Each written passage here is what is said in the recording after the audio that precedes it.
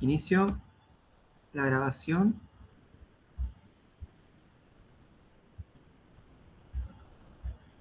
Ok, pueden ver la presentación, ¿verdad? Sí. Perfecto. ¿Se me escuchan perfecto también? Excelente. Sí. Muy bien, entonces en cuanto me digan, empezamos.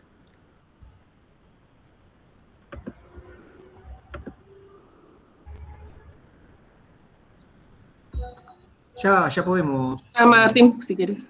¿Sí? Vamos. Bueno, pues buenas tardes allá en Argentina, buenos días, bueno, buenas tardes también acá. Antes que nada, agradecer la invitación a través de Rosario Machi. Bueno, tuvimos la oportunidad de contactarnos esta vez para pues compartirles un poco de pues la investigación que hacemos aquí en el laboratorio. Somos el Placenta Lab, que estamos ubicados aquí en Jena, en Alemania, en el Hospital Universitario de Jena. Nosotros trabajamos cosas relacionadas con biología de la placenta, trofoblastos, esto de la comunicación materno-fetal. Un poco también intentamos investigar hacia la parte endometrial, pero también hacia la conexión que tiene la placenta con otros órganos, como por ejemplo el cerebro, que en algún momento más adelante les explicaré qué es lo que intentamos abordar con nuestra investigación. Y bueno, sin más preámbulo, con gusto al final de la presentación, pues podemos discutir. Espero dejarles más preguntas que respuestas, porque de eso se trata de esto de la investigación. Tenemos métodos, tenemos algunos resultados, pero más que respuestas son más preguntas. Nos abre el panorama para seguir quizás investigando o abordando más a fondo, en este caso, cómo es que la comunicación materno-fetal se lleva a cabo. A mí siempre me gusta comenzar este tipo de presentaciones, más que nada recordando algunos aspectos de la respuesta inmune. Debo decir que yo tengo formación de posgrado en el área de inmunología, específicamente en el área de inmunología del embarazo, y hay algunos temitas ahí que me interesaron demasiado desde el punto de vista que contradicen un poco las lógicas del sistema inmune, como generalmente conocemos o aprendemos durante nuestra formación académica. Algunas de las características que comúnmente asociamos a la respuesta inmune en general es que tiene una especificidad muy exquisita, es decir, puede reconocer muy detalladamente lo que es nuestro y lo que no es nuestro. De esta forma puede defendernos de los agentes invasores, llámense bacterias, virus, hongos, o en el caso, por ejemplo, de trasplantes, sabrán que existe el rechazo de trasplante. Esto debido a que nuestro organismo, nuestro sistema inmune, pues sabe reconocer que esas células no son nuestras, monta una respuesta inmune y es capaz de rechazar esas células, ese órgano. Entonces tienes esta especificidad muy exquisita que lo hace muy especial y muy fuerte. Además de eso, tiene diversidad que puede reconocer un amplio rango de componentes antigénicos, pero además tiene una memoria, es decir, a partir de la primera exposición contra estos agentes o contra los antígenos, en una segunda, tercera o subsecuente exposición, pues nuestro sistema inmune reacciona de forma más rápida e incluso de forma más fuerte para eliminar o limitar esa invasión o ese ataque hacia nuestro organismo. Esa respuesta es tan fuerte que incluso podría dañar nuestro propio sistema, por lo que el sistema inmune también tiene un mecanismo de autolimitación para contrarrestar todos esos mecanismos que solo se ocupan de eliminar y reparar el daño y no perjudicar nuestro propio sistema. Ligado a la autolimitación, pues existe también un mecanismo de tolerancia, porque este sistema que sabe lo que no es nuestro, pues tiene que tener este sistema para reconocer, tolerar nuestro propio sistema, nuestras propias células, nuestros propios antígenos, nuestras propias proteínas. Entonces hay un balance, en realidad un balance entre inflamación e antiinflamación, y este balance, si es desregulado, por supuesto que nos puede llevar a problemas por ejemplo, de autoinmunidad. Nuestro propio sistema inmune es capaz de atacarnos, causarnos un daño, o si no responde de forma adecuada, puede llevarnos hacia el lado contrario, ¿no? Por ejemplo, cuando se desarrolla un cáncer, células que son malas para nuestro organismo no son eliminadas propiamente porque nuestro sistema inmune tiene esta deficiencia, ¿no? Entonces, en realidad hay un balance entre esa inflamación e interflamación, aplicando todos estos mecanismos que presenta el sistema inmune. Esta es la lógica, digamos, la lógica del sistema inmune y de la forma en la que nuestro sistema inmune pues reconoce o rechaza lo que no es nuestro, lo que intenta invadirnos o causarnos un daño. ¿Qué es lo que sucede durante el embarazo? Bueno, de forma muy burda, aquí hago una representación que básicamente nos dice que nosotros somos productos en un 50% al menos de la información genética que proviene de nuestros padres y en un 50% la información genética que viene de nuestra madre, ¿no? En un ejemplo muy, muy burdo.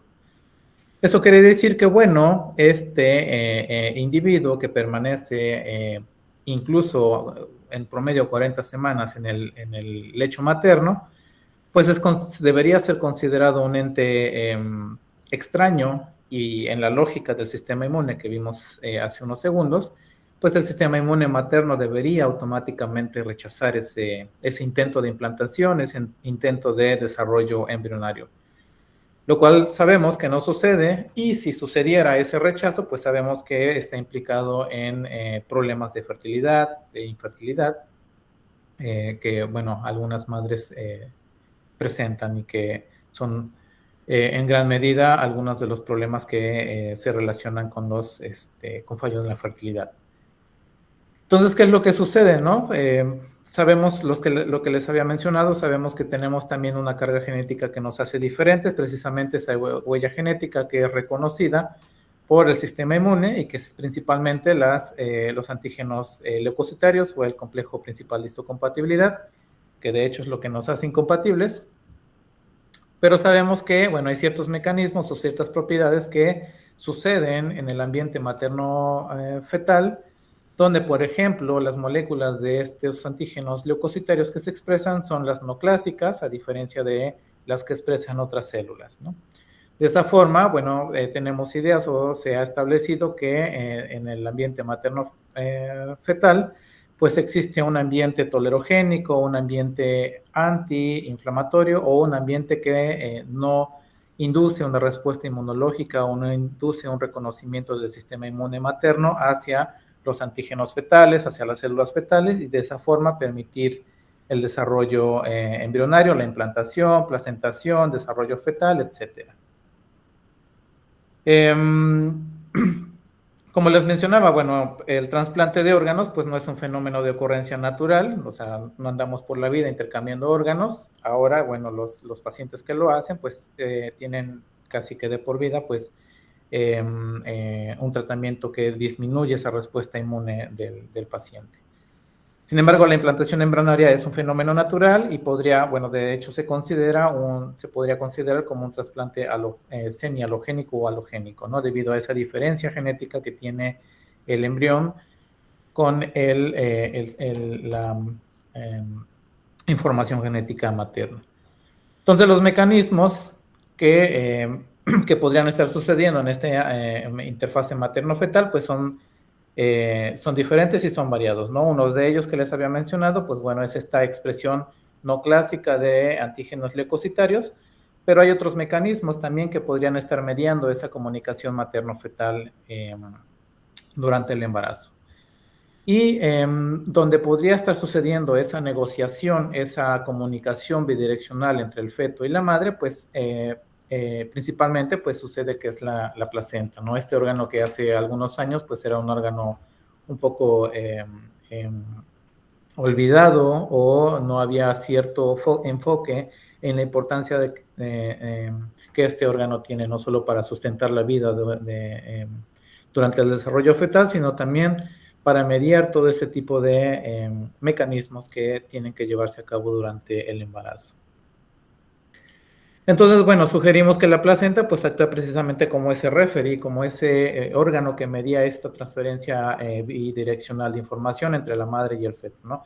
además de permitir la vida en útero, que se encarga de intercambio de gases, nutrientes y desechos de la parte fetal hacia la parte materna, pues también hay un paso de información que permite esa negociación y permite que el embarazo pues se desarrolle de forma normal durante estas 40 semanas, ¿no? Si hay un desbalance en lo que sucede en este órgano, en esta interfase materno-fetal, pues bueno, podríamos asociarlo a esas complicaciones que suceden durante el embarazo, como por ejemplo preeclampsia, diabetes gestacional, desarrollo,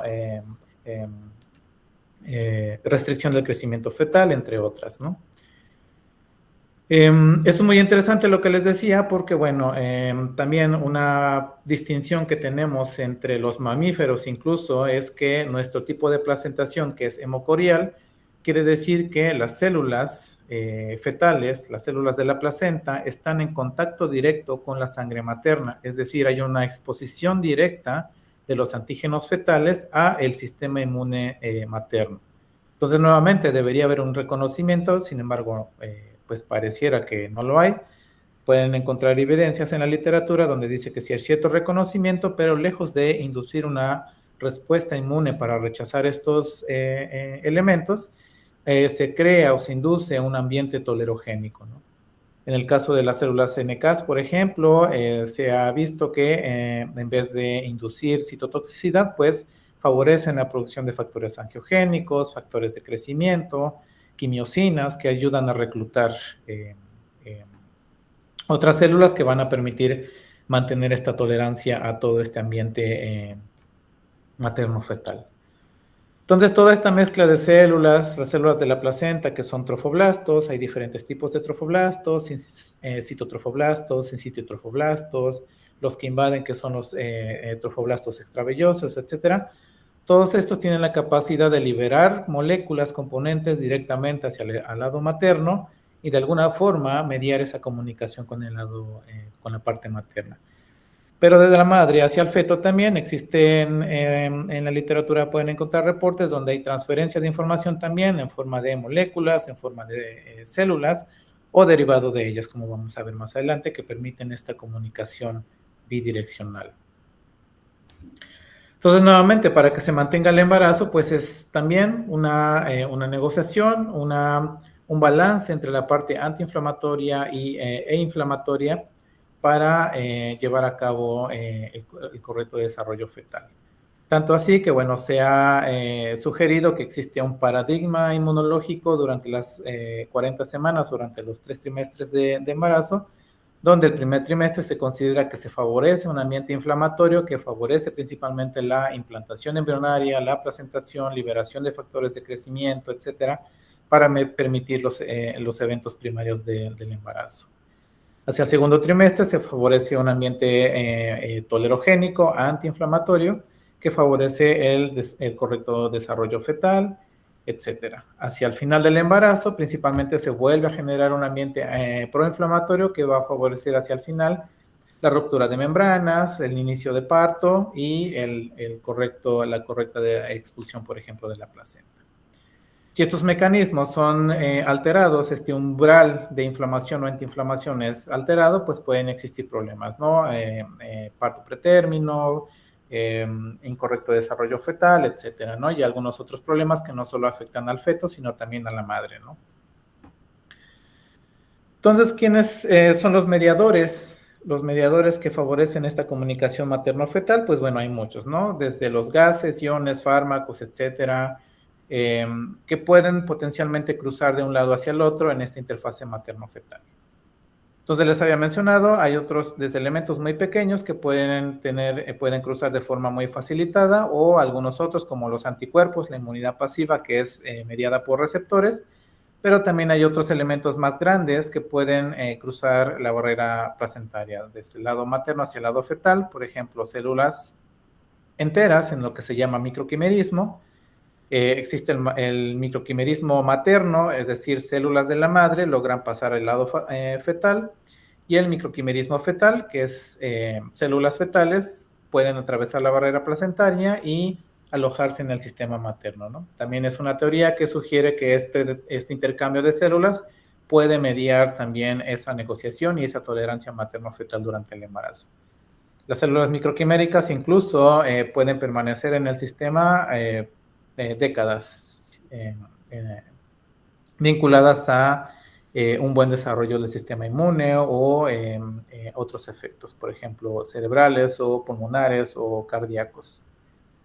Pero no solo las células pueden cruzar, también sus derivados, por ejemplo, partículas o porciones celulares que denominamos vesículas extracelulares, que en cierto momento también le hemos denominado nanoquimerismo.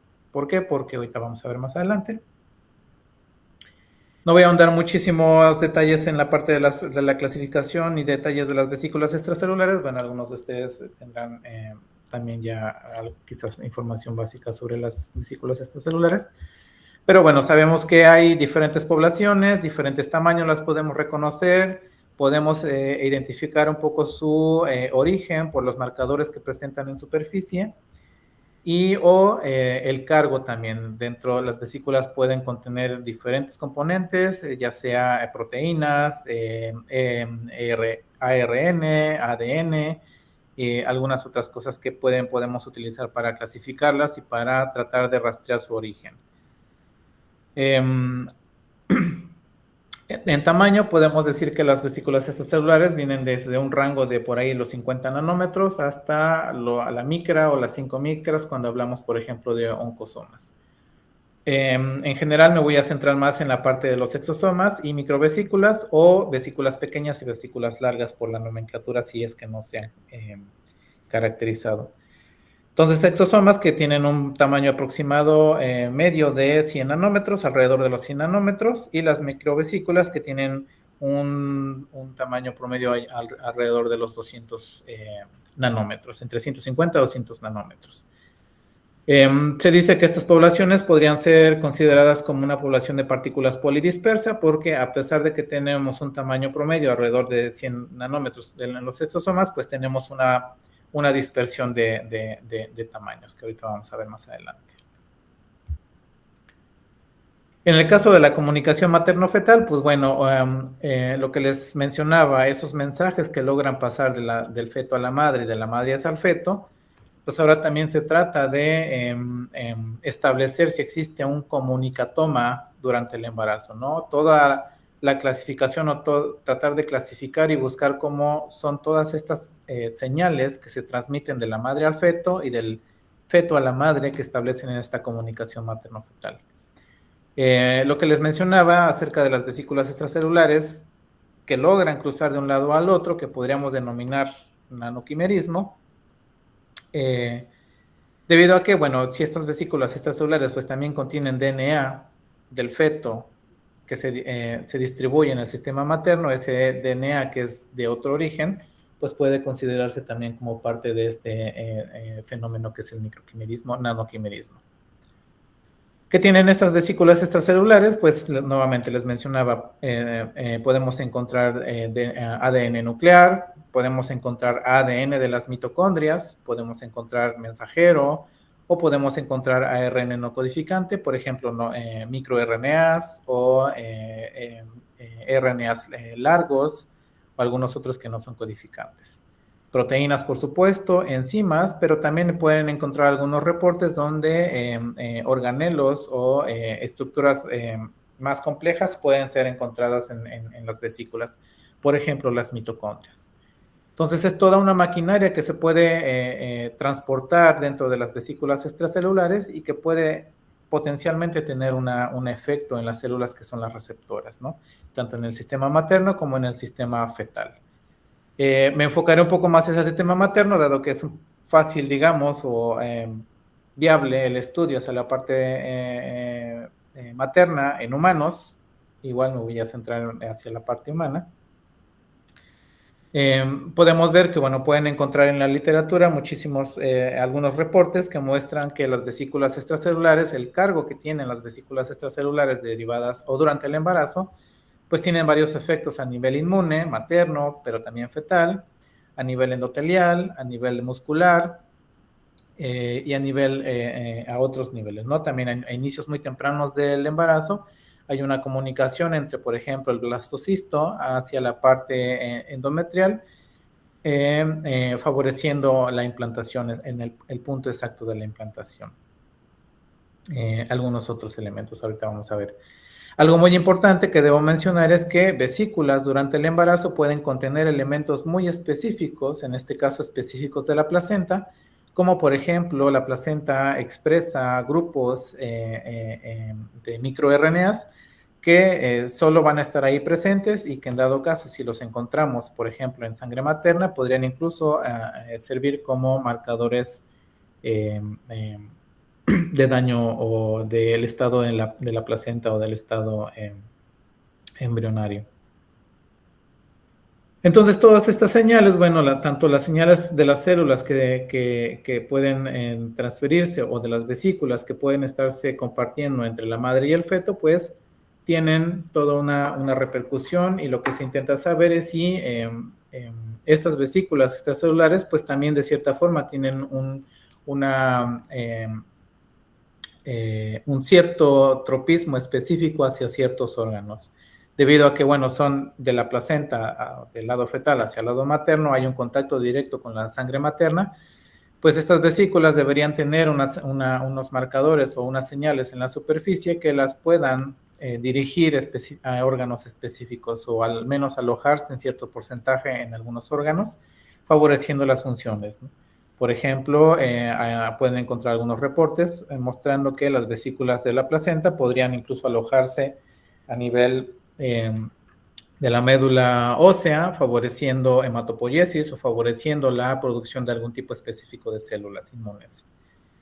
O en el caso del cerebro, podrían estar enviando información a la parte del cerebro materno para favorecer o modular el comportamiento materno, o en el caso de patología, como vamos a ver más adelante, podrían estar implicadas en el desarrollo de complicaciones neuronales que las pacientes con algún problema durante el embarazo llegan a presentar. Entonces, son muchas las funciones que se le atribuyen a las vesículas, pero también es, digamos, difícil entender y tratar de demostrar estas funciones debido a esta heterogeneidad que las vesículas presentan.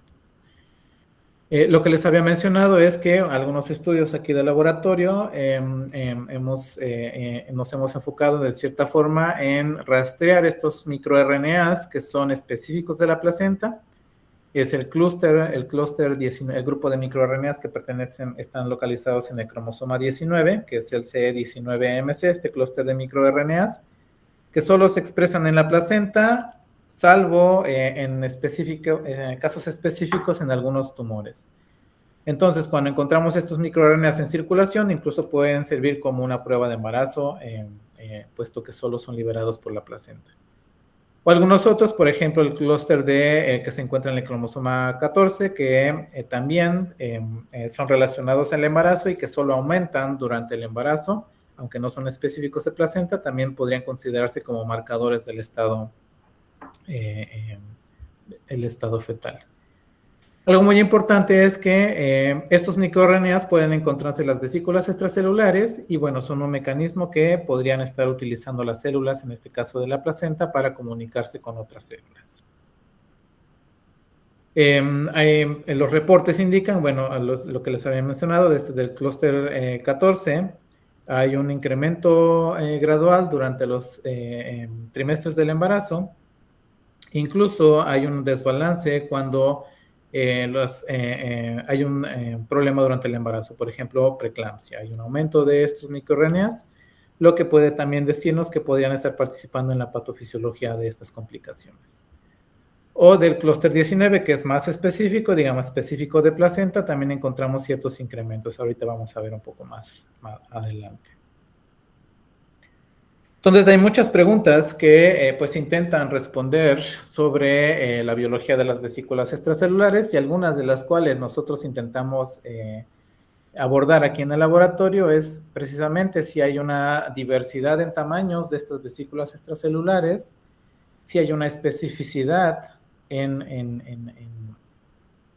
hacia dónde están dirigidas estas vesículas, si hay una célula específica a las cuales están dirigidas estas vesículas extracelulares, cómo es que estas vesículas pueden ser captadas por las células y cómo es que las vesículas pueden liberar los componentes y ejercer alguna función.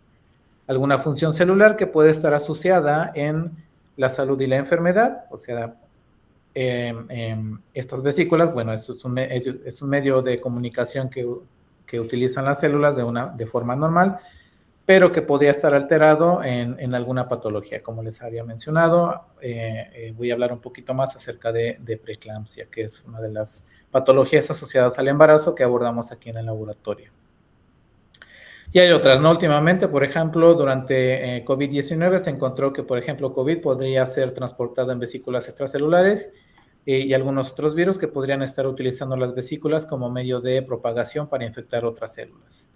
Y algunas otras. También preguntas que se intentan resolver es si hay un cargo específico, si las vesículas, en realidad hay un mecanismo que decide o por el cual se introducen componentes específicos, proteínas o microRNAs o RNAs en estas vesículas y de esa forma pues también favorecer la especificidad hacia las células receptoras y modificar de forma específica su función.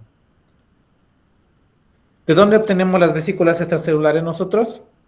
Pues bueno, nosotros las obtenemos principalmente de sangre, de fluido amniótico, de cultivo celular, de explantes o también de un sistema que tenemos aquí que es el perfusado de placenta. Y algunas otras fuentes también se pueden obtener.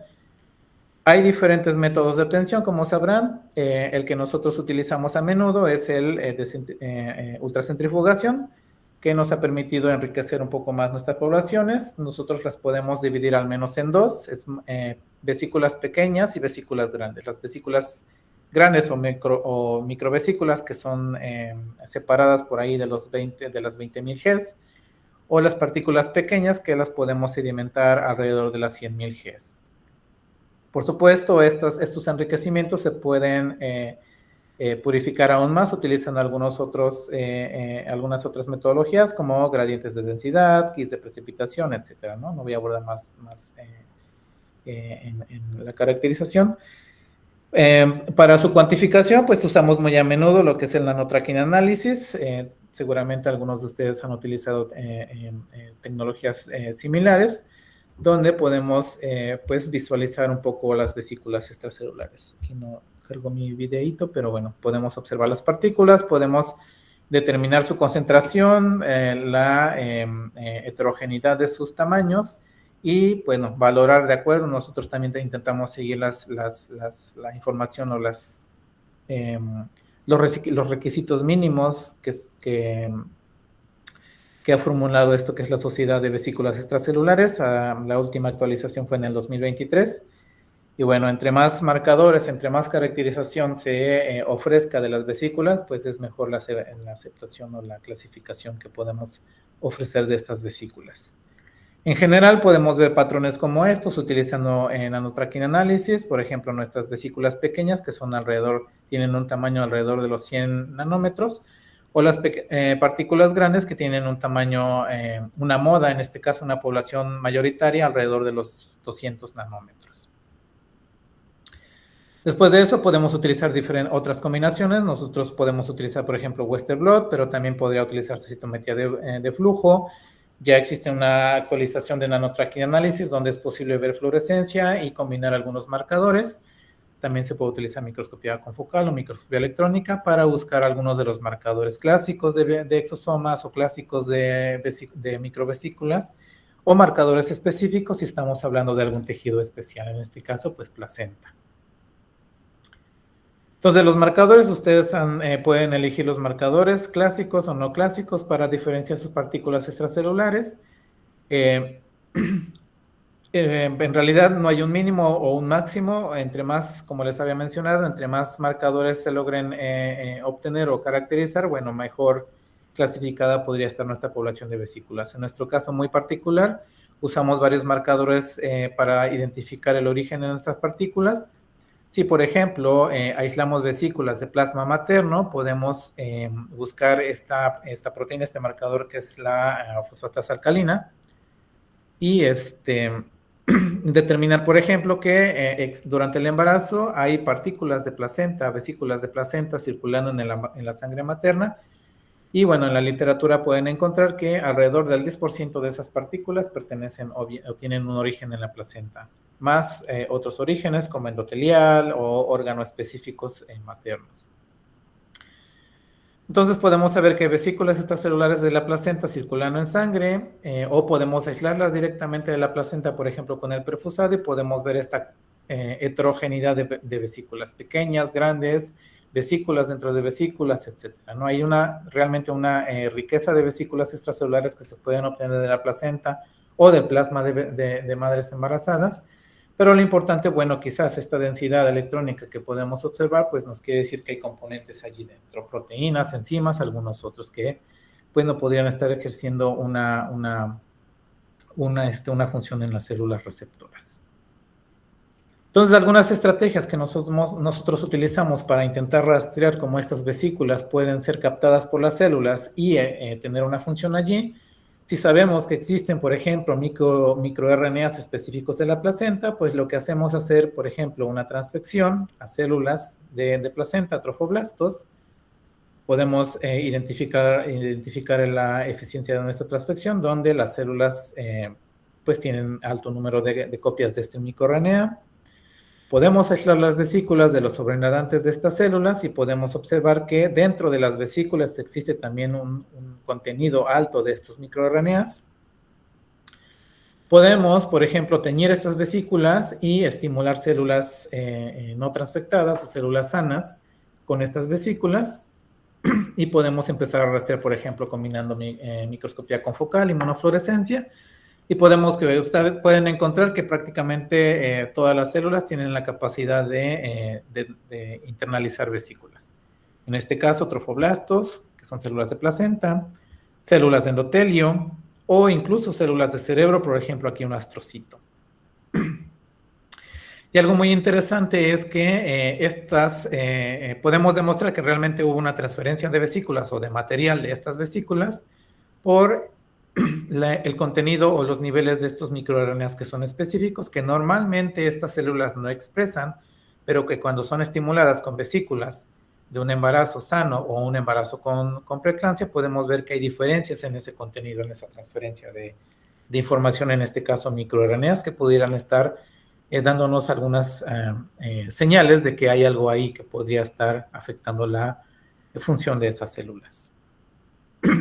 ¿Por qué es importante? Porque, bueno, durante el embarazo, per se el embarazo es una condición sistémica que altera el sistema materno, tanto como el comportamiento, como en el flujo sanguíneo, presión arterial, condición endotelial.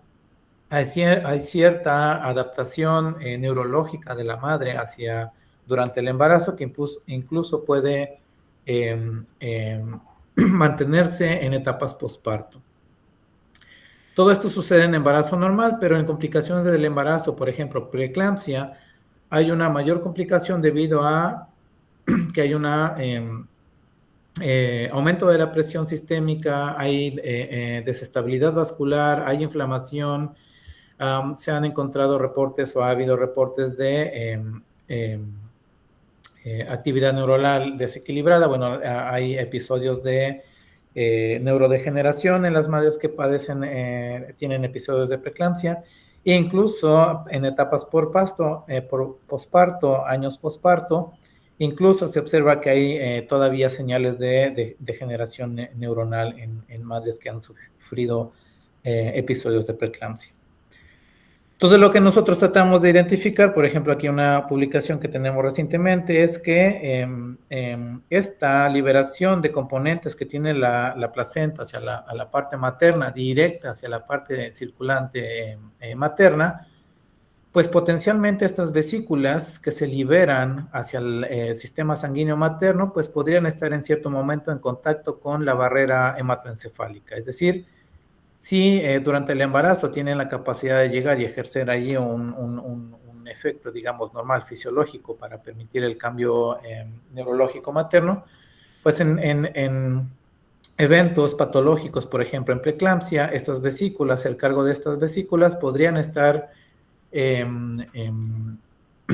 ejerciendo un efecto negativo en la barrera hematoencefálica, desestabilizando el endotelio de la barrera, permitiendo el paso de sustancias nocivas de la parte periférica hacia la parte del sistema nervioso central, induciendo la reacción de células inmunes cerebrales, por ejemplo, de la microglía, o los astrocitos, que en su mayoría pues, generan este proceso inflamatorio que puede estar afectando la parte neuronal. Entonces, lo que hemos hecho nosotros, por ejemplo, es colectar sangre, plasma, sangre materna de pacientes con embarazo normotensivo o con embarazo diagnosticado con preeclampsia. Obtenemos muestras de sangre, aislamos las vesículas extracelulares, en este caso por ultracentrifugación. Podemos separar nuestras poblaciones, vesículas pequeñas, vesículas grandes, hacemos nuestra caracterización clásica, donde podemos ver que podemos clasificarlas, bueno, podemos llamarlas exosomas o microvesículas, y que podemos observar que sí hay un aumento considerable en los plasmas obtenidos de madres diagnosticadas con preeclampsia. Entonces, hay una mayor cantidad de partículas circulando en el sistema materno, pero también algo muy interesante es que hay más vesículas, pero también las vesículas tienen mayor contenido de elementos de la placenta. En este caso, microRNAs específicos de placenta, el que les había mencionado, el 519, 520, 517, o algunos otros que son relacionados per se durante el embarazo, pero que al parecer también se encuentran aumentados durante preeclampsia. Entonces hay una concentración aumentada de vesículas, pero también el cargo que tienen estas vesículas aumenta, al menos en microRNAs, pero también pues, probablemente en algunos otros componentes como proteínas o citocinas que podrían estar afectando o favoreciendo el ambiente inflamatorio que se da durante la preeclampsia. Lo que intentamos hacer nosotros, por ejemplo, es utilizando un modelo en chip de barrera hematoencefálica. Lo que hacemos es conectar este chip a un sistema de perfusión y donde perfundimos medio con vesículas extracelulares que vienen de pacientes normales o de pacientes con preeclampsia, y intentamos ver, ensayar algunos procesos. Si es que las células pueden tomar las vesículas, si las vesículas pueden atravesar la barrera endotelial, la barrera de astrocitos, y poder llegar a otros tipos celulares, por ejemplo, la microglía, y favorecer algún tipo de activación o algún efecto negativo en esas células. Combinando diferentes metodologías, ensayos de permeabilidad, inmunofluorescencia, microscopía, PCR, etc. Entonces, en realidad, nuestro pequeño aparatito, que es este biochip, donde podemos cultivar nuestras células, que está conectado a este sistema de perfusión. Podemos cultivar nuestras células endoteliales humanas, células endoteliales de cerebro, podemos tener astrocitos y podemos tener microglía. Entonces, aquí en la figurita les pongo, por ejemplo, cómo podemos observar que a nivel del endotelio cerebral, al menos in vitro, podemos observar que cuando hay vesículas extracelulares circulando aquí en el sistema, hay un aumento de la permeabilidad cuando el sistema se encuentra con vesículas derivadas de preeclampsia. Entonces, nuevamente, al menos in vitro, se puede observar que las vesículas de preeclampsia, bueno, tienen un efecto en la parte endotelial, induciendo algún tipo de desestabilización. Al parecer, esta desestabilización, aumento de la permeabilidad, y también, no lo pongo aquí, pero también hay disminución de la resistencia endotelial.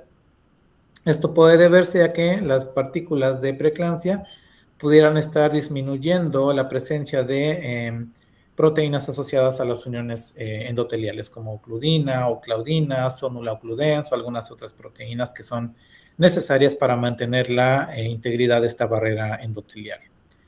Entonces, ya de entrada, las vesículas circulantes, digamos, en el sistema materno pueden estar ejerciendo esto a nivel in vivo en la barrera hematoencefálica. Inmediatamente después de nuestro sistema tenemos astrocitos, aquí podemos verlo con el marcador que es GFAP, donde los astrocitos al parecer aumentan este GFAP cuando están bajo estímulos con vesículas de preeclampsia.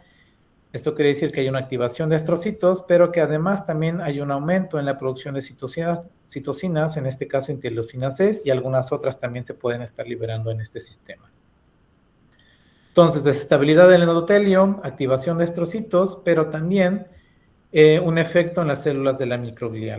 Estas vesículas, por esta desestabilización de la barrera, potencialmente pueden estar cruzando y llegar a otros tipos celulares, en este caso microglía, donde vemos también que hay un aumento de marcadores de activación. En este caso solo les pongo aquí IVA1, que es un marcador de activación de microglía.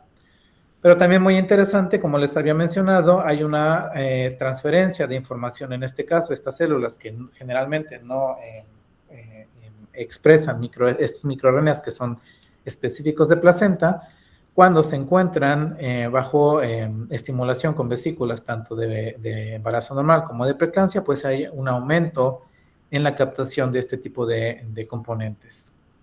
No solo estos, hay algunos otros, también algunas otras proteínas que pueden estar se transfiriendo a través de las vesículas extracelulares. Entonces, el efecto puede estar a estos tres niveles. Inicialmente, en la parte endotelial, seguida por los astrocitos. Aquí en nuestro sistema aún no tenemos, por ejemplo, otros tipos de células que podrían ser los podocitos. La microglía que puede estar captando esos componentes, o que a nivel en un sistema in vivo, pues esto puede generar aquí un círculo vicioso de inflamación donde, bueno, hay lo que se active primero, ¿no? Podría ser una activación de astrocitos que conlleva a la activación de las células de microglía, que a su vez están produciendo o amplificando el proceso inflamatorio a nivel de la barrera hematoencefálica o a nivel del sistema nervioso central.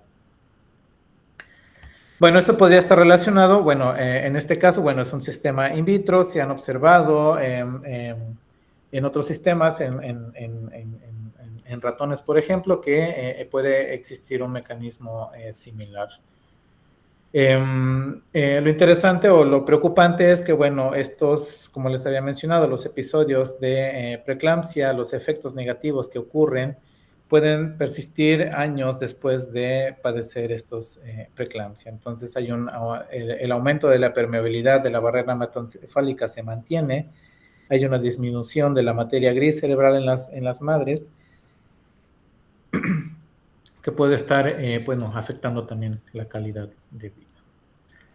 Algunos otros ensayos, bueno, solo se puede demostrar en vivo, a lo mejor en sistemas murinos, donde se pueden rastrear las vesículas extracelulares, la señal de las vesículas. Aquí, por ejemplo, inyectando vesículas extracelulares o exosomas teñidos, se pueden localizar cómo llegan a los capilares de la barrera hematoencefálica, y que en algún momento logran cruzar, y se observa nuevamente también en vivo, también se observa un aumento en la actividad de los astrocitos por aumento del marcador de GFAP, o cierta actividad de la microglía por aumento de marcador de activación IVA1.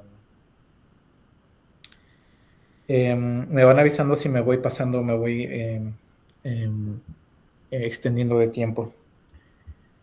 Espero que hasta ahora todo bien.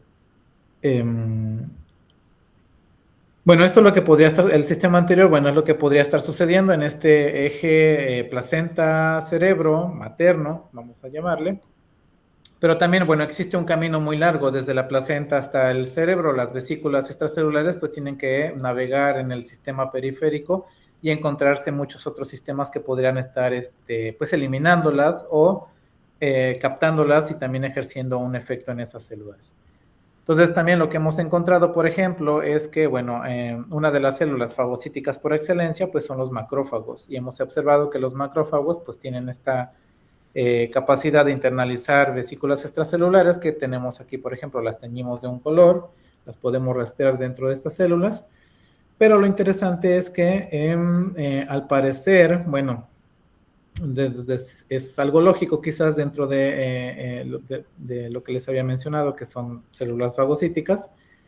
Algunos estudios aquí de laboratorio, bueno, hemos observado que los monocitos o los macrófagos captan más vesículas que, por ejemplo, linfocitos T o células NK o algunas otras células. Pero además, las vesículas que provienen de plasmas de madres diagnosticadas con preeclampsia, pues pareciera ser que hay una afinidad mayor a la captación de estas vesículas por parte de los monocitos. Entonces, podrían tener ahí una señal también de cómeme, y favorecer allí una activación en los monocitos. Hemos intentado también abordar un poco cuál es el mecanismo de internalización de estas vesículas y hemos observado que, bueno, es una combinación de varios, en su mayoría, pues, en los monocitos, es a través de endocitosis o fagocitosis, utilizando estos inhibidores, guarmanina y citocalcina D, que están relacionados con la inhibición de fagocitosis y endocitosis. Podemos ver que hay una disminución de la captación de estas vesículas cuando el inhibidor está presente. Entonces, al menos los monocitos, los macrófagos, internalizan vesículas por estos dos mecanismos. En la literatura pueden encontrar también que lo pueden hacer por macropinocitosis o por también mediado por receptor. Sin embargo, bueno, nosotros hemos encontrado este tipo de mecanismos. Algún otro mecanismo que hemos intentado abordar en el laboratorio es que, bueno, este problema que es preeclampsia también se asocia muchísimo al estrés oxidativo que se da en el ambiente placentario, donde pues hay un aumento de especies reactivas de oxígeno, hay inflamación, activación de inflamosoma y algunos otros disruptores que inducen inflamación a nivel placentario o favorecen este estrés oxidativo, que está relacionado, les había mencionado, con preeclampsia, con parto pretérmino o restricción de crecimiento, en algunas otras complicaciones. Aquí también es un círculo vicioso porque, bueno, el estrés oxidativo puede estar alterando directamente la actividad y función de las mitocondrias, o de la disfunción de las mitocondrias también es un factor que aumenta el estrés oxidativo. Algo muy importante es que cuando las mitocondrias están bajo estrés, pues empiezan también a liberar mensajes o mecanismos de alerta hacia las células, que pueden ser a través también de vesículas extracelulares o liberando componentes por la fragmentación que se da de estas mitocondrias. Podríamos encontrar proteínas mitocondriales o DNA mitocondrial que se transfiere de célula a célula usando como mecanismo también las vesículas extracelulares. Todo lo que hemos visto, por ejemplo, utilizando varios sistemas, podemos utilizar cultivo celular, podemos utilizar también órganos en chip. Tenemos este sistema, por ejemplo, de cultivo de explantes de placenta en perfusión, tratando de mantener las condiciones, digamos, in vivo, en este caso ex vivo. Y bueno, obteniendo las vesículas extracelulares de los explantes de placenta, tanto de placenta normal o placenta de preeclampsia o de algunas otras patologías, o directamente cultivándolos bajo condiciones de estrés oxidativo. Podemos observar que efectivamente el estrés oxidativo induce un aumento en la producción de vesículas extracelulares, en este caso vesículas totales, de los explantes de placenta. Podemos, por ejemplo, extraer el DNA de esas vesículas extracelulares y podemos encontrar que hay un aumento del contenido de DNA total en estas vesículas de los explantes o de las células o de los trofoblastos que se encuentran en condiciones de estrés oxidativo. Lo que les había mencionado, bueno, la liberación de estas vesículas bajo estrés oxidativo podría contener proteínas o material genético de mitocondrias que potencialmente podría ser reconocido por los macrófagos a través de diferentes rutas, por ejemplo, TLR9, que es clásica, o Cgas-Stin, que podrían estar induciendo algún tipo de activación inmune cuando estas vesículas son liberadas bajo estrés. Lo que hemos encontrado, por ejemplo, que las vesículas tienen un alto contenido de algunos fragmentos del DNA mitocondrial, por ejemplo, de genes, el gen de ATP8 o el gen de secuencias del 16R o algunas otras enzimas como ND2 que se encuentran aumentados en vesículas provenientes de estrés oxidativo. Algo muy interesante que hemos encontrado también es que estas vesículas que vienen de estrés oxidativo o aislando, separando estas secuencias de DNA mitocondrial y estimulando macrófagos, podemos observar que efectivamente hay una activación o un aumento de la actividad de los macrófagos liberando componentes inflamatorios, como este pequeño panel que les muestro aquí. Algo interesante es que en este caso hemos observado que al parecer sí hay una diferencia en la activación que se pudiera llevar a cabo activación en este caso de macrófagos, ante la estimulación con diferentes fragmentos. Hemos observado que hay una sinergia, por ejemplo, cuando los macrófagos son estimulados con fragmentos de ATP o fragmentos de 16S, en comparación, por ejemplo, cuando se encuentran solos en nuestro sistema de estimulación. También, bueno, pueden encontrar en la literatura que DNA mitocondrial preferentemente podría estar siendo sensado por TLR9. Aquí nosotros también pudimos observar que efectivamente hay una activación principal a través de TLR9 en menor cantidad por CGAS y una activación mínima por otros mecanismos, por ejemplo, a través de inflammasoma. Algo importante es que cuando estos fragmentos de DNA mitocondrial que utilizamos para estimular, bueno, fueron encapsulados en partículas lipídicas, tratando de simular partículas extracelulares, tratando de demostrar que, bueno, las partículas extracelulares pueden llegar directamente a los compartimentos donde el TLR9 se encuentra, que podrían ser los endosomas.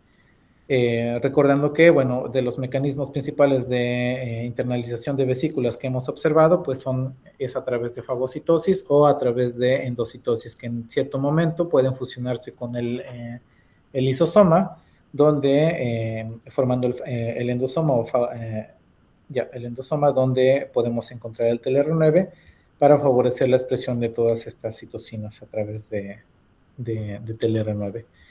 Pero también, bueno, otros mecanismos de internalización de vesículas que pueden liberar el contenido al espacio del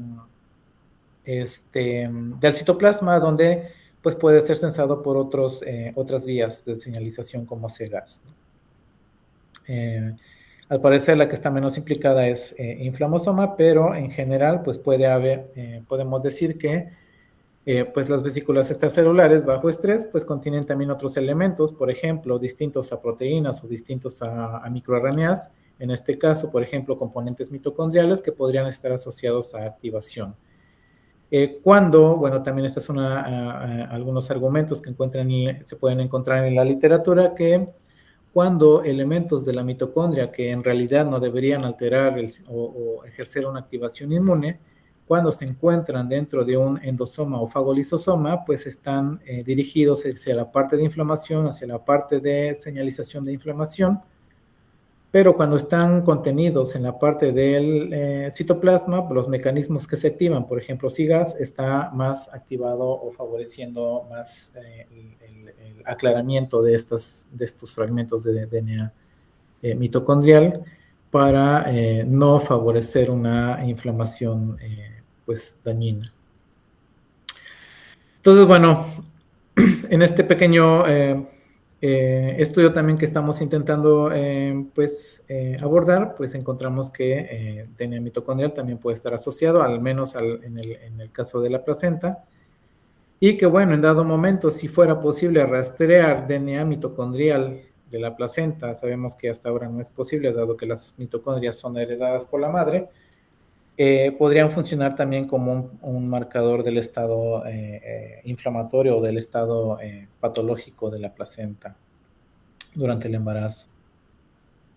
Entonces, prácticamente en resumen, espero que haya sido un poco claro lo que les he venido a contar el día de hoy, pero bueno, más que nada decirles que pues ciertamente la placenta, en este caso muy particular, la placenta, que es un órgano también muy específico entre los mamíferos, los estudios que se hacen en ratones podrían no ser fácilmente trasladables a humano, puesto que la placentación es diferente, la estructura de la placenta es diferente, la composición celular es diferente, el grado de contacto de la placenta con la sangre materna es diferente.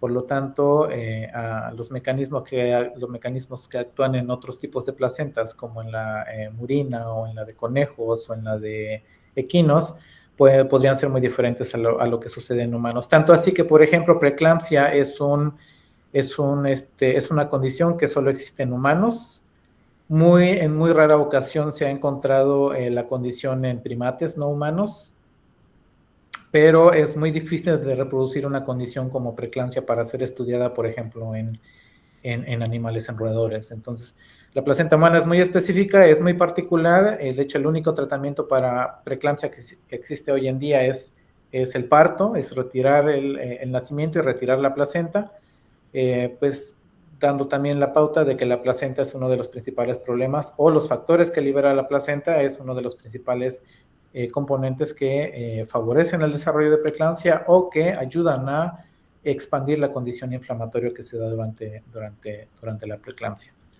Todos los mensajes que se transportan aquí del lado fetal al lado materno a través del torrente sanguíneo pueden llegar fácilmente a otros órganos muy distantes, por ejemplo el cerebro materno, pero en este caso no hablé de eso, pero también pueden estar condicionando el desarrollo neuronal fetal.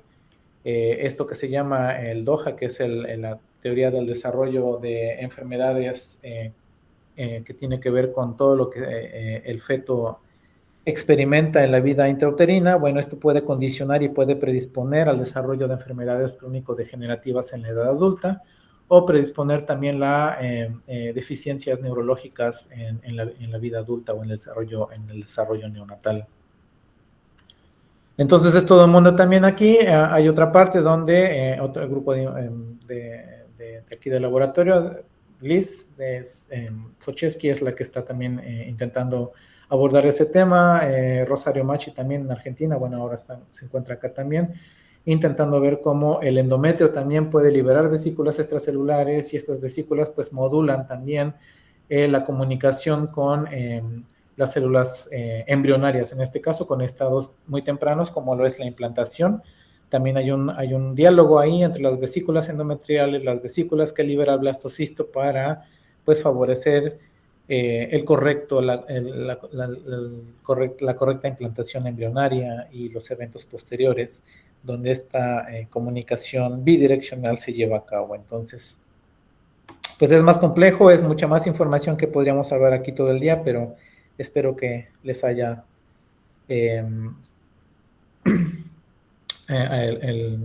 este panorama haya sido de su agrado.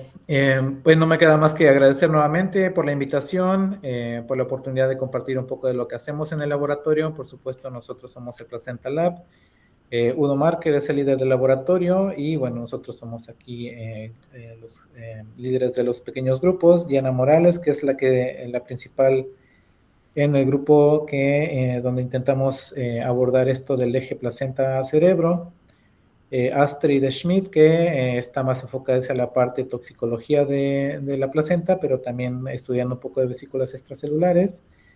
Liz, que es la parte de endometrio, y su servidor, que estamos en la parte de la barrera placentaria, pero también intentando abordar un poco el tema de las vesículas extracelulares y los componentes mitocondriales que pueden estarse liberando en estas vesículas. Entonces, bueno, si existe alguna preguntita, comentario, sugerencia, es muy bienvenida. Yo tengo más preguntas y cada vez me salen más cuando presento estos temas. Con mucho gusto podemos charlar al respecto.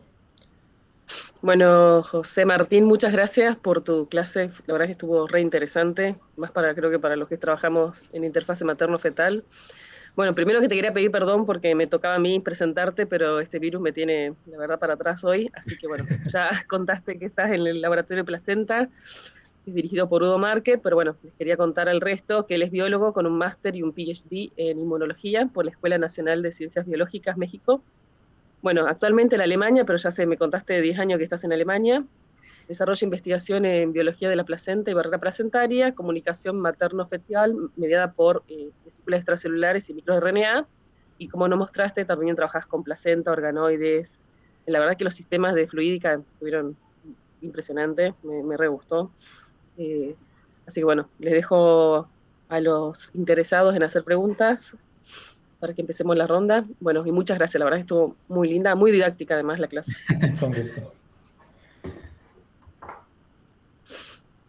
Bueno, si hay alguna pregunta, no sé. yo aprovecho para hacerte una pregunta. Cuando ustedes ven que las vesículas solamente de los pacientes con preeclampsia son las que pueden alterar la barrera hematoencefálica, ¿no? Esos cambios grandes que ves sobre todo a nivel de las uniones estrechas, de la permeabilidad vascular. ¿Pudieron hacer proteómica para ver cuál es la composición de esas vesículas con respecto a los de las pacientes normales? Porque se me imagina un montón de enzimas que podrían estar presentes generando ese daño en la barrera, ¿no? Sí, no presenté aquí porque todavía estamos haciendo el análisis, porque sí, en realidad son muchas proteínas, muchos componentes ahí. Es un poco difícil la proteómica de vesículas, no sé si ustedes han tenido problemas similares, pero en el caso de nosotros hemos tenido algunos problemas con la contaminación de proteínas externas como albúminas o principalmente albúmina, lo que dificulta un poco el análisis y la separación. Pero estamos en eso, estamos analizando y sí hemos visto que hay ciertas proteínas que están pues en su mayoría o aumentadas en las vesículas que vienen de preeclampsia. Algunas que incluso ya funcionan como marcadores hoy en día buscadas en plasma. Lo que nos toca observar es si estas proteínas tienen un efecto en las células receptoras, ¿no? Por ejemplo, en el endotelio, que nosotros ya observamos algo, o en la microglía. Es lo poco que podría decir hasta al momento.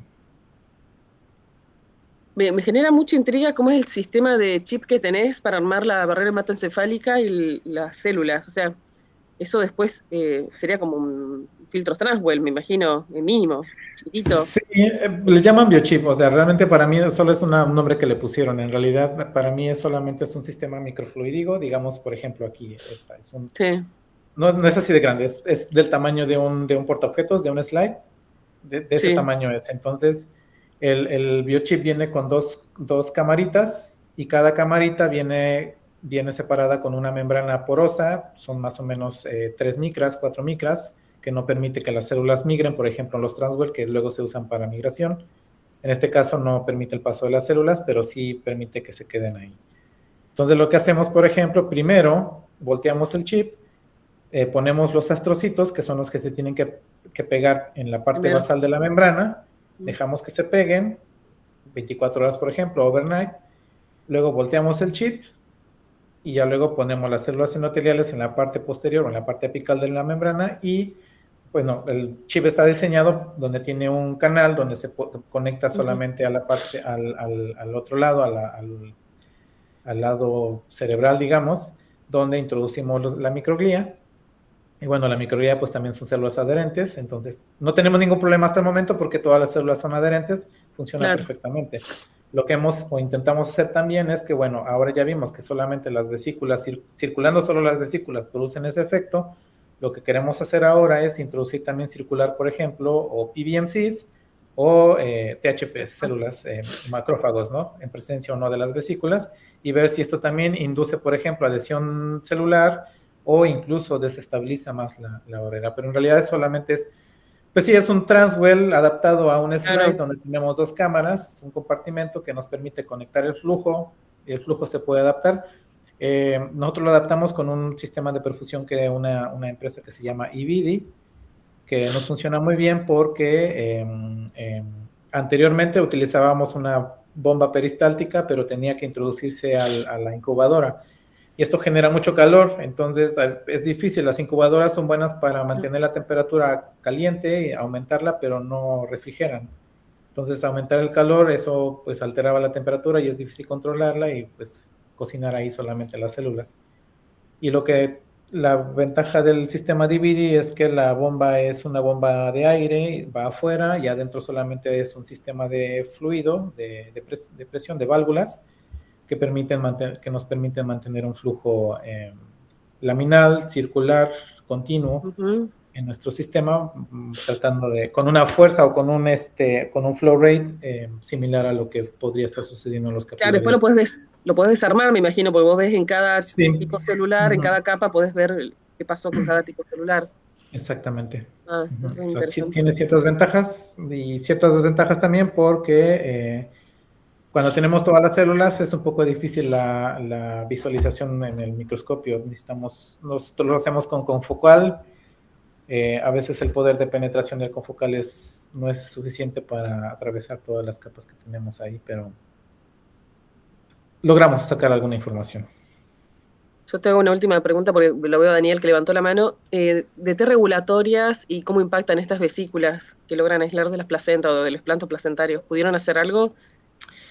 No hemos tenido de T reguladoras, no hemos logrado, realmente yo soy inmunólogo y tengo, la citometría se me complica, tengo problemas con la citometría un poco a veces, porque lo hemos intentado hacer, creo que eso lo podríamos hacer más con algún tipo de citometría y para tratar de sacar, por ejemplo, PBMCs de madres y observar si hay algún tipo de activación o alteración o polarización, pero no lo hemos logrado hacer. Lo que hemos observado es utilizando línea celular, por ejemplo, URCATs o las NKs. Hemos observado que de mononucleares, entre linfocitos y entre NKs, las que toman más son NKs, pero los que se activan más son mononucleares linfocitos. Lo que no hemos observado es si hay alguna diferenciación hacia algún tipo TH, hacia un TH1, TH2 o T reguladores, lo que no hemos visto. Y la última, porque ahora me quedé pensando, esos daños que ven en las mujeres que tuvieron preeclampsia, que son, vos me decís que se prolongan en el tiempo, que se hacen algunas veces crónico, ¿no? A nivel cerebral, ¿no? ¿Vos a qué lo podés relacionar de lo que vos estás viendo? O sea, esas vesículas se mantienen, son daños epigenéticos que generan esa inflamación que que ocurre en el cerebro como consecuencia del pasaje de estas vesículas a través de la barrera hematoencefálica. ¿Qué se te ocurre que puede estar pasando para que esos daños persistan, ¿no? Porque la placenta se elimina en esas pacientes y el daño persiste, ¿no? Y eso me llama mucho la atención. Claro. Pues, nosotros, apostamos cierto efecto de las vesículas, ¿no? Que pueden ejercer algo así, pero el problema en general es que la barrera pues tiene esta permeabilidad que no solo deja pasar a las vesículas, pasan muchos otros componentes allí. Lo que nosotros intentamos imaginar es que, normalmente pues componentes de la placenta no deberían estar ahí. Deberían, si están, otra vez, la inflamación, en términos generales, una inflamación no es un problema. La inflamación es un aspecto fisiológico que favorece la eliminación de una infección o la cicatrización, que es el propósito de la inflamación. En el caso de embarazo, pues hay una inflamación que favorece la implantación. En el caso de un embarazo normal, esa inflamación sistémica que se da, favorece la adaptación materna al producto que se encuentra ahí durante los 9 meses. Pero sobrepasar ese umbral de inflamación es lo que altera. Entonces, si normalmente hay ciertos componentes de la placenta en el cerebro que están ahí como para permitir el control materno, digámoslo en general, un aumento o pasar de los niveles normales, pues eso genera un efecto negativo y persistente, ¿no? El problema es que están ahí, siguen ahí. O sea, no es que regresen nuevamente a la parte circulatoria. Claro. Entonces, el problema también es que hay historia familiar también si hay historia familiar de preeclampsia o de problemas durante el embarazo, como les decía, eso puede también condicionar a la siguiente generación tener esa predisposición o un efecto más marcado, que es lo que también se teoriza, ¿no? Se sugiere. Bueno, muchas gracias, Martín. Lo dejo a Daniel que haga sus preguntas. Hola, Martín, muchas gracias por la charla, la verdad, súper interesante. Primero, hay una pregunta en el chat de Cora Álvarez, que dice muchas gracias. No tiene micrófono, se disculpa, pero pregunta si han estado trabajando con vesículas extracelulares provenientes de mujeres con infecciones parasitarias. No, hace poquito intentamos establecer una colaboración igual en México con un grupo que trabaja con tripanosoma. Allí intentamos establecer algo, pero uno de los problemas o uno de los obstáculos que nos enfrentamos al estudiar vesículas de una paciente o un paciente en general con parásitos es que los parásitos también liberan muchas vesículas extracelulares. Y lo que hemos visto, lo que yo he leído un poco al respecto sobre, por ejemplo, específicamente el tripanosoma, es que el tripanosoma puede utilizar las vesículas para encerrar sus vesículas y de esa forma condicionar el sistema inmunológico del hospedero. Ya sea uno para como favorecer primero el nicho donde se van a alojar no recuerdo el nombre de las estapas infectantes del tripanosoma, que pueden, digo que en general el tripanosoma, o sea, el parásito utiliza el sistema para favorecer la infestación. Entonces ahí, bueno, muchos otros entes pueden liberar vesículas, bacterias pueden liberar vesículas, parásitos pueden liberar vesículas. El punto es, nosotros podemos obtener las vesículas de plasma, por ejemplo, o de algún otro compartimento corporal, pero en general nosotros los vamos a ver, si las hacemos una caracterización por nanotraqueoanálisis, vamos a ver vesículas, partículas. Si haces por microscopía electrónica, vas a ver partículas. El problema ahí es buscar un marcador específico o del parásito o de algún tipo de activación o de algún tipo de marcador que pueda identificar una población específica y el efecto de ello. Creo que es todavía más complejo estudiar vesículas relacionadas a parásitos. El único que podría decir, realmente no tenemos más datos o más algún estudio real en eso, en ese aspecto.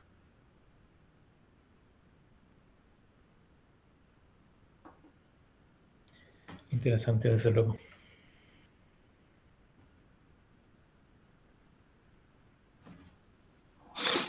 Saludos, Andrea, ella también. Perdón, Hola, se me cayó. Que Daniel se Hola, cayó. hola. Ahí estoy. Se cayó internet y bueno, tema. ahí volví a otra red. Disculpame. No sé si ya terminaron de responder la pregunta de Cora. No sé, me acabo de introducir, así que no sé si alguien más estaba preguntando. O si no, hago mis preguntas. Hace tu pregunta nomás, que no había otra pregunta. Bueno. Bueno, con respecto a esto de las vesículas extracelulares placentarias en el sistema, digamos, materno, y cómo van impactando y teniendo en cuenta este microquimerismo de vesículas que están, de células que están produciendo constantemente vesículas. ¿Qué sabes o cómo has visto con respecto a dos preguntas? Primero, pérdida de embarazo y el traspaso de esas vesículas, cómo quedan en circulación materna, por cuánto tiempo, son depuradas de la misma manera. Y la segunda pregunta va, ¿qué pasa con embarazos múltiples en este diálogo materno-fetal y sobre todo con la barrera hematocefálica? ¿Se potencia? Sí, es muy interesante. Podemos divagar muchísimo y sugerir y especular muchísimo al respecto, porque realmente los datos que hay en literatura igual son, digamos, sugerentes nada más, ¿no? Porque realmente no hay un sistema que nos permita seguir realmente la trayectoria de las vesículas desde que se producen hasta que llegan a un sistema, a un órgano específico y que se mantengan ahí, ¿no? En el caso de las células enteras, bueno, hay reportes que las encuentran incluso 20 años o 30 años después en corazón o en pulmón, ¿no? En el caso de las vesículas, hay reportes que dicen que solo pueden incluso, es hipotéticamente poco probable que tengan una función permanente porque son eliminadas del sistema en horas, por el sistema fagocítico, por enzimas, por muchas cosas. Pero también hay otros sistemas que pueden estar utilizando las vesículas, como lo hacen, por ejemplo, partículas de plásticos o microplásticos, que es la famosa corona, donde las vesículas también podrían tener esta capacidad de recubrirse de algo, de alguna proteína, por ejemplo, algunas proteínas normales en la sangre, albúminas o algunas otras, que incrementen su estabilidad y que pues favorezca que permanezcan allí. En el caso específico, voy a empezar con la segunda pregunta, que fue acerca del microquimerismo. Lo que nosotros sugerimos o teorizamos es que Para el fenómeno de microquimerismo, esto puede funcionar muy similar a lo que sucede en metástasis. En metástasis, el tumor libera vesículas extracelulares. Estas vesículas extracelulares parece ser que tienen cierto tropismo por órganos altamente vascularizados como pulmón, hígado, riñón. Entonces, estas fácilmente llegan allí, establecen un nicho metastásico para que después las células metastásicas lleguen y ya tengan un nicho preparado o que las asimile y puedan establecerse y generar nuevos tumores. Bueno, lo que sucede en embarazo puede ser un mecanismo muy similar, donde las vesículas que libera la placenta llegan a otros órganos. De hecho, hay reportes que encuentran, parece ser que el microquimerismo también tiene cierto tropismo por órganos vascularizados. Primero llegan las vesículas, favorecen un nicho tolerogénico microquimérico, digamos, para alojar células microquiméricas, y posteriormente las células que se desprenden de la placenta o que cruzan de órganos fetales hacia la parte materna, pues tengan ya un nicho, pues digamos, tolerogénico que favorezca que lleguen allí. Pueden cruzar células ya diferenciadas, ¿no? Sabemos que cruzan trofoblastos o células inmunes, pero también pueden cruzar otro tipo de células como stem cells o mesenquimales, que potencialmente pueden diferenciarse y ayudar a la función del órgano materno. O en el caso del lado fetal, pueden estar relacionadas con, por ejemplo, si se alojan en médula ósea, pues favorecer o condicionar el desarrollo del sistema inmune o el desarrollo hematopoyético, o otras repercusiones a nivel, por ejemplo, de otros órganos o de cerebro, como les había mencionado. O sea, las vesículas, pues sí, tienen cierto, esta vida media que potencialmente tengan. No todas tienen exactamente la misma vida media, pero las que llegan a tener este efecto, llegan a alojarse en los órganos, podrían tener un efecto como el que acabo de mencionar, que podrían condicionar. O sea, realmente intentamos buscar un sistema que nos permita seguir esa línea de si las vesículas realmente tienen un periodo de vida largo, entre comillas, biológico, que pudiera realmente tener un efecto así. En el caso ya de tu primera pregunta, en el caso bueno, ya no recuerdo si fue la primera, pero en el caso de embarazos múltiples, de hecho, esto del microquimerismo también se ha visto que es un efecto multigeneracional o transgeneracional, donde pues hay un paso ahí se pueden encontrar células de diferentes generaciones en un individuo. O sea, yo, por ejemplo, si buscaran mis células quiméricas, pueden encontrar células de mi madre, pero potencialmente podrían encontrar también las células de mi abuela y células de mis hermanos, si tengo hermanos. Entonces, hay toda una combinación que, bueno, se sugiere que podría estar involucrada en favorecer la fortaleza del sistema inmune, pero bueno, son solo teorías. Y en partes muy tempranas de la implantación o de la parte endometrial, pues bueno, ahí puede haber otra fuente de vesículas extracelulares que ayudan a la tolerogenicidad, y ahí viene la parte del componente paterno también, donde, bueno, el flujo seminal también es rico en vesículas extracelulares, y estas vesículas cuando llegan al endometrio, digamos, en encuentros sexuales no gestantes, podrían estar ya empezando a condicionar esa tolerogenicidad o esa adaptación del sistema materno a los antígenos fetales, que contienen antígenos paternos, por supuesto.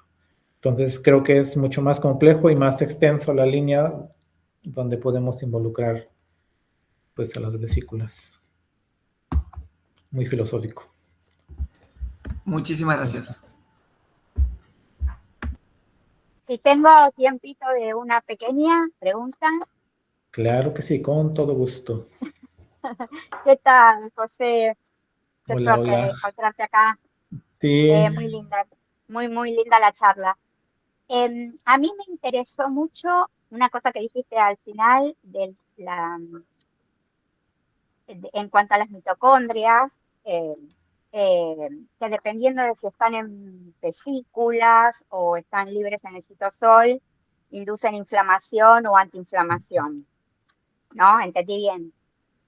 Sí, yo, bueno, aquí desde que Rosario vino el año pasado, ella también empezó a ver empezó a observar que había estructuras de mitocondrias en las vesículas y nosotros también ya nosotros estábamos buscando los componentes, no las mitocondrias en general, Claro. porque nosotros usamos microscopía electrónica, Cryo-TEM, vemos las vesículas, pero realmente no podemos ver estructuras similares a mitocondrias, pero los expertos en microscopía electrónica dicen que es muy difícil realmente identificarlas, hay que hacer otra técnica para realmente poder observar la estructura. Pero en ese momento nosotros estábamos teorizando un poquito sobre esa parte porque había un paper, no recuerdo si en Science o en Nature, que precisamente trataba de identificar que cuando los componentes de la mitocondria se encuentran o son sensados por un mecanismo aparte en el citoplasma, eso es una señal que podría derivarse del recambio de órganos, solamente de la función normal de las células. Entonces, el mecanismo que se activa es un mecanismo de aclaramiento, de eliminación, sin inducir inflamación, solamente es para eliminar, pero bueno, tengo una mitocondria vieja que se me dañó, la elimino y no pasa nada, sigo viviendo. Pero cuando los componentes de la mitocondria se encuentran en un compartimento que es necesariamente de inducción de inflamación, por ejemplo, el fagolisosoma o el endosoma, que muchas veces se asocia en células inmunes, pues se asocia a internalización de antígenos o algunos otros componentes, pues esto da una señal y a través de un receptor de activación, que es el TLR9, es un receptor de inmune, esto favorecía más que la eliminación de los componentes, sino a una reacción inmune, pues intentando hacer una reacción inmune que, como una señal, una alarmina, de hecho, una alarmina, el DNA mitocondrial funciona como una alarmina, pues diciendo que algo está mal en el sistema, ya sea induciendo la inflamación, digamos, normal, o expandiendo la inflamación, si en este caso un ambiente oxidativo se refiere. Pero no recuerdo si fue a inicios de este año o a finales del año pasado, lo rechazaron o lo retiraron porque otro grupo pues dio teorías argumentatorias acerca de que el sistema no podía ser confirmado como tal, que no puede ser que haya una compartimentalización del reconocimiento de estructuras de mitocondria, porque pues originalmente las mitocondrias son parte de la maquinaria celular y no debería haber un reconocimiento, pero pues vemos que sí lo hay, y de hecho la teoría apunta más a que sí, porque además los patrones de metilación y las islas CPG que tiene el DNA mitocondrial, pues está más hacia la parte de bacterioides que eucariotas, ¿no? Pero bueno, en contextos muy específicos. Claro. Sí. Bueno, y pero intentamos buscar la forma de encontrarlas, visualizar las mitocondrias dentro de las vesículas. Rosario ya ha encontrado señales. Nos falta realmente, tener una foto más bonita. Bueno. Martín, una última pregunta que está en el chat. Dice si hay alguna relación de las vesículas con el remodelado cardíaco de la mujer con antecedentes de preeclampsia. Si ustedes vieron algo a nivel cardíaco. No, esa parte no la hemos abordado realmente con la parte cardíaca, pero hay unos reportes por ahí donde, por ejemplo, obtienen vesículas de células mesenquimales de placenta, y las vesículas de mesenquimales de placenta favorecen la recuperación de los cardiocitos, algo así, cardiomiocitos. Tenemos un pequeño proyecto donde estamos analizando vesículas de células mesenquimales de placenta, pero todavía estamos lejos de la parte funcional. Entonces, uno de nuestros objetivos es precisamente ver qué otros tipos de funciones benéficas o no benéficas podrían tener las vesículas de células mesenquimales de embarazo normal o de embarazo con preeclampsia, porque normalmente se asocia que las mesenquimales tienen efectos benéficos tratando de recuperar el ambiente o de la función de las células alrededor, pero en un ambiente sostenido durante el embarazo o durante alguna otra condición crónica, pues también puede afectar a las células mesenquimales, su multi y pluripotencia y todos los elementos que pueden liberar en las vesículas. Entonces ahí, pues bueno, estamos apenas colectando muestras y para intentar hacer proteómica, secuenciamiento, tanto de transcriptómica como de microRNAs y también lipidómica para ver también si hay una diferencia en la composición de lípidos en las vesículas de estas células. Pero bueno, estamos en pasos muy tempranos en eso. Bueno, entonces más adelante nos vas a contar lo que descubren. Ojalá que mis estudiantes lleguen porque apenas están adaptándose y aprendiendo los métodos y así. Bueno, Martín, la verdad que un gusto tu clase, cómo respondiste las preguntas, así que bueno, muchas gracias por aceptar la invitación y por estar hoy con nosotros. No, muchísimas gracias por la invitación, siempre es un gusto.